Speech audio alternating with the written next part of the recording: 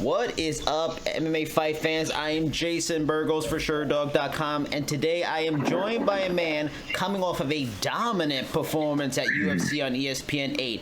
On that night, he earned an impressive unanimous decision victory over Irwin Rivera and pushed his record to 10-2. He's also a fighter that is helping to give Georgia a mainstream reputation as a country with a rich fighting talent, and that is Giga Chikadze. Giga, congratulations on the win, and thanks for the time today, man. Thank you, my man. Thank you. I appreciate your interest expressing to talking to me. Now, before we get into the fight with Rivera, I wanted to learn more about you. Tell me about like life growing up in Georgia and like what originally got you into martial arts, and is combat sports in general a really big deal in the country? Sure, man. My country has been warrior from the long time ago, the centuries ago. We always had wars against other countries because they try to take our territory. We're having a great strategical territory in Eastern Europe. It's kind of unites Asia and Europe, and also the North and South. So every time somebody needed to cross the territory, they needed to pass Georgia. That's why my country has been fighting for territory, for religion, and for different kind of politics. And yeah, it's super popular. Actually, one of the best wrestlers in my country. We have like all the Olympic champions in judo, free wrestling, Greco-Roman. Unfortunately, I never really wrestled. even my dad used to be the judo Soviet Union fighter. I never wrestled because back in the days it was karate. It was super popular in my country, And when I was born, actually, my dad said the words the very first day.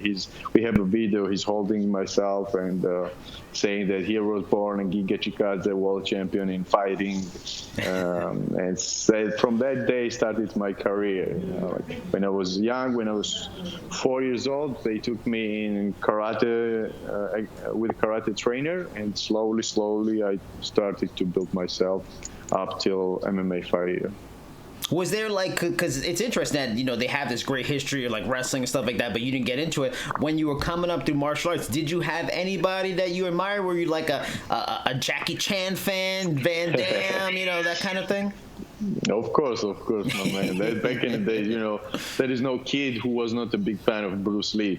Yes. But my favorite, after a couple of years when I started karate and I was training with a group already, Jet Li was been my favorite. Jet Li and Mark Dacascos. Yes. If you know Mark Dacascos as well, with his capoeira style. Yep.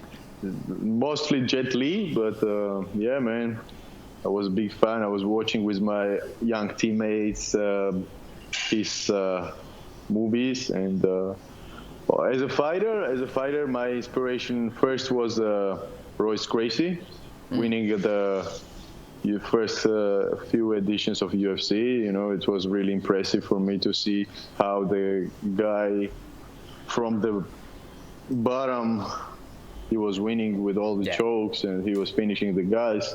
Yeah, I was actually at the time of 5-6 years old watching with my dad first few editions of UFC. And later my inspiration became Andy Hook, because he was a karate Kyokushin fighter, and he was going in K1, and he was doing some crazy kicks with X kick and all the question mark kicks, and that's what I'm doing right now, and it's been my favorite.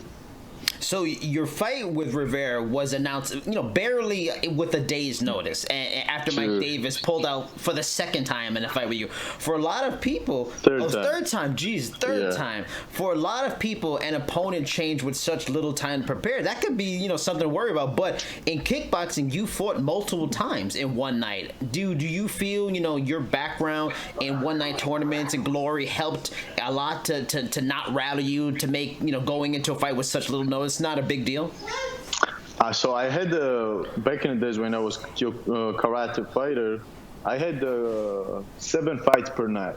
7 fights per day. It was huge tournament, 125 participants. Wow. And I ended up winning the tournament. So that kind of experience when you get in a young age, when you are 15, 16, 17, even when I was 11, 12 years old, I was fighting 4 or 5 fights per day. So, and I never knew who was my opponent. They would just put me in front of somebody and they say like, this is it, go, that's your target. And when you get experience from this, then you move to kickboxing and we fight one of the best tournaments in a Glory. They are like 4-man tournament. They have been fighting also 8-man tournaments. And I got a lot of experience from this. So that was not something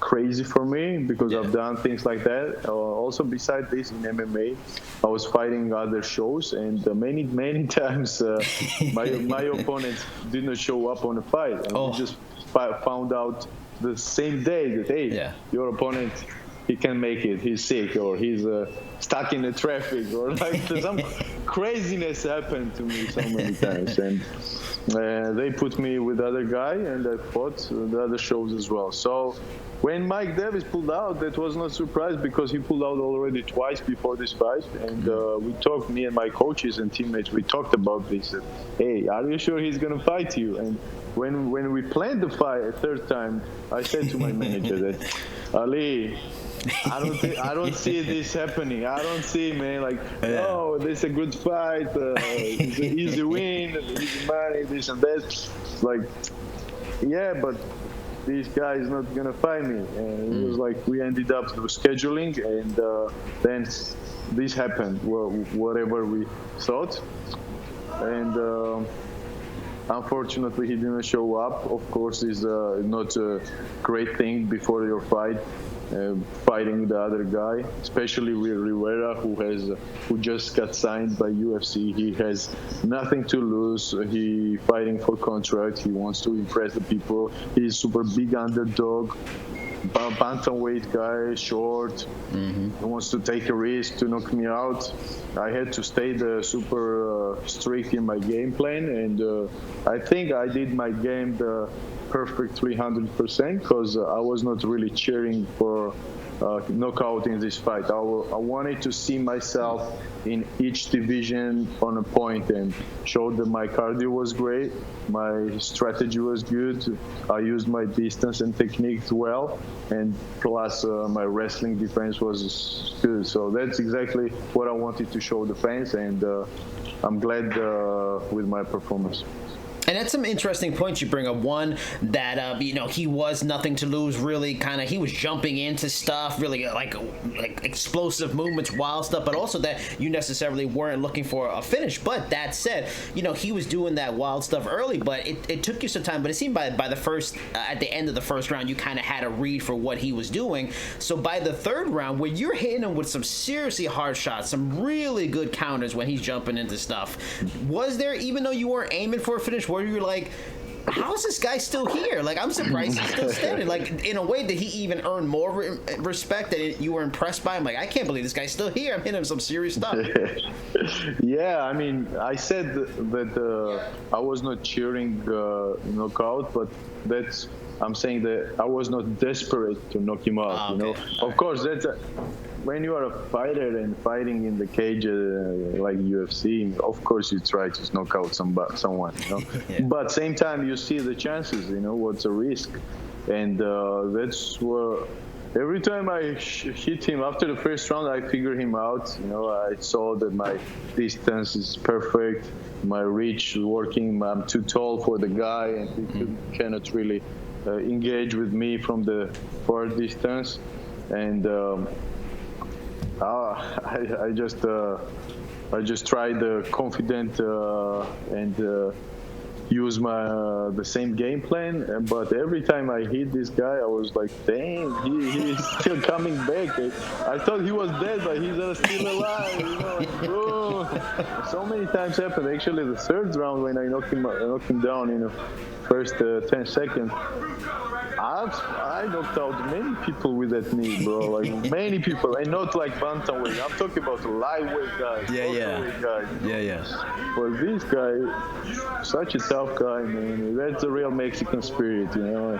And plus, this guy, I'm sure he's gonna do super good in bantamweight division. Trust me, trust me on this word. We're gonna talk later about him. He's gonna be a problem for division. Strong puncher, good technique, smart as well. He knew why he was there. You know, he knew that he had no chance on a far distance and some technical game. And but he tried. He tried. Only chance he had to catch me with the blind shot, and he tried till from first minute to end of the 15 minutes. That's what he was cheering.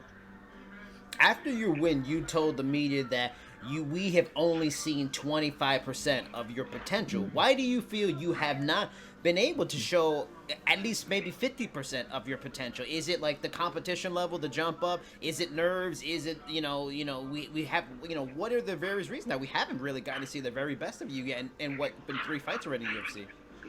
You already have an answer on your question, but look, you said my opponent pulled out the 3 times. So my camp each time with against Mike Davis, right? He pulled out 10 days before my fight first time, second time 1 week before, and third time 1.5 day or something like this. Now you know come on, it's a big deal. It's the highest level of the sport. When you prepare for the one guy, and suddenly completely different style with different body type, the guy comes and fights you. You have to adjust your style. You have to change. Like it's kind of emergency situation, and you need to figure out something different. And plus, same beside all this situation. It was my first few fights in UFC, and I fought very tough guys. Brandon Davis, it was his last fight in UFC, and he knew that if he was gonna lose, he would UFC would say bye to him. So he put all the hard work, and was a super tough fight for me. With Jamal Emmers, bro, he already beat so many UFC fighters like Alex Hernandez, lightweight even, and so many other guys from UFC, and it was his debut as well, so he had to do something really big. He was fighting to impress the UFC, and the same thing, man. Super tough fight for me. And now Rivera came, right? So I had not really much potential to show the MMA fans what I'm capable of, and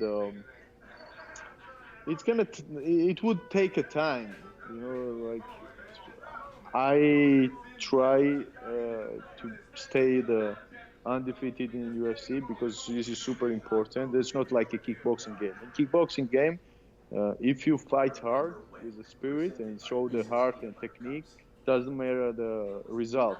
People gonna remember you, and your organization gonna keep you. Even if you have 3 lose streaks, but you fight well, you fight with your heart. They're gonna keep you in organization and keep you busy with fighting because they have fight like every month. You might fight every month. I fought like there were a couple of years that I fought like 10 times in a year, 11 times in a year. So that's what kickboxing. In MMA, you have to be more like a political a little bit, I would say, a little bit diplomatic. You have to take your time, show the fans a little bit. Next time you bring a little bit more fire, little salt by thing you need to do every time. So if I show everything right now, they're gonna figure me out, and it will be just hard for me and for the fans. That would not be the surprise. And now at the same time, I was working on my wrestling and jiu-jitsu. My confidence is coming high and high. My cardio is getting better, and I work super hard. I just came back from training, and I fought for 1 week.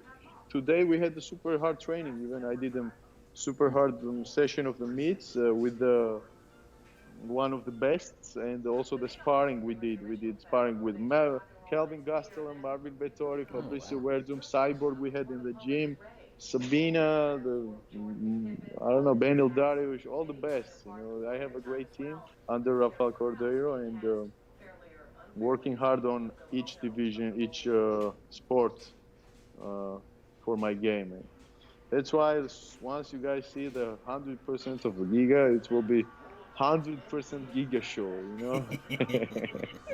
And that's I'm interesting. excited, man. I'm super excited. Every time I fight and come back home, I'm like, well, when is the next fight? I want to schedule next fight right away.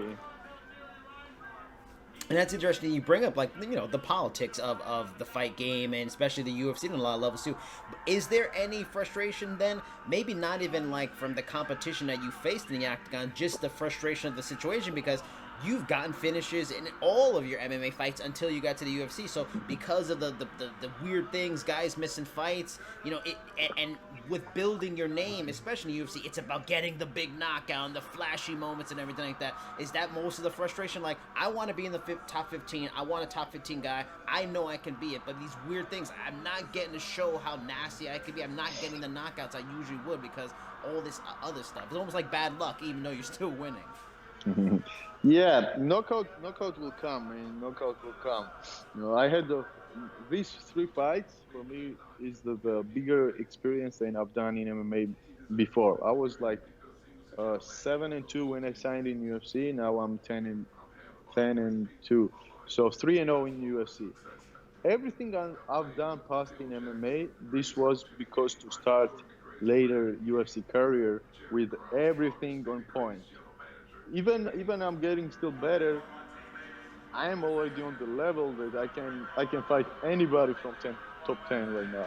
So this all the time and these fights I've done in other shows, all the flashy knockouts, this was just a preparation for me to be here. And now I fought a very experienced guy, the 15 minutes with Brandon. Even that was like tough. First time the judges scored actually they made a mistake with points counting and it was a draw and they changed the result in a win, and then split decision with Jamal Emmers. This guy gonna do so good in future as well. I'm excited to see his next fight. And then this Rivera guy in 1 day notice, bro. That was a 45 minutes experience with one of the toughest guys of the world, and